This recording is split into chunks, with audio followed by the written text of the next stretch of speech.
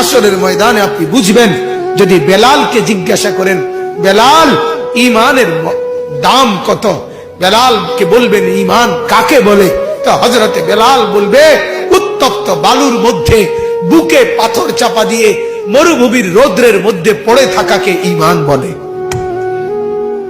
খাব্বাবকে বলবেন, খাব্বাব ঈমান কাকে বলে, তো হযরতে খাব্বাব রাদিয়াল্লাহু তাআলা আনহু বলবেন কামারের দোকানের জ্বলন্ত লাল কয়লার মধ্যে নিজের দুই পাশের কোমরের গোশত খুলে খুলে চর্বি সহ ফেলে দিছে আমার মনিব ঈমানের কারণে। ঈমান এটাকে বলে। আপনি কি বুঝবেন? আপনি তো বুঝেন নাই বাপ। সারা পৃথিবীর জনসংখ্যা একেবারে বরাবর 800 কোটি পৌঁছে গেছে।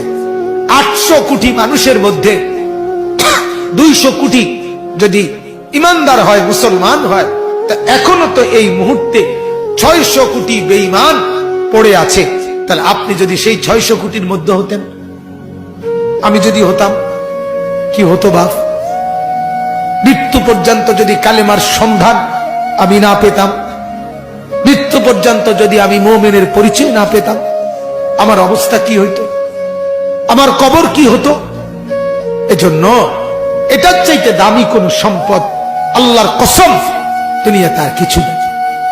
লা ইলাহা ইল্লাল্লাহ এই কালেমার সর্বনিম্ন দাম, সবচেয়ে কম মূল্য আল্লাহ যেটা দিবেন কালেমার, সেটা হলো 10 দুনিয়া বরাবর জান্নাত দান।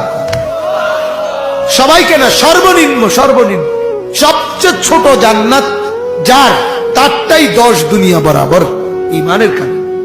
মেরে মোহতারাম, আমার বাপ, আমার বন্ধু, আমার জওয়ান ভাই, খোদার দোহাই ঈমান যেন না হারায়।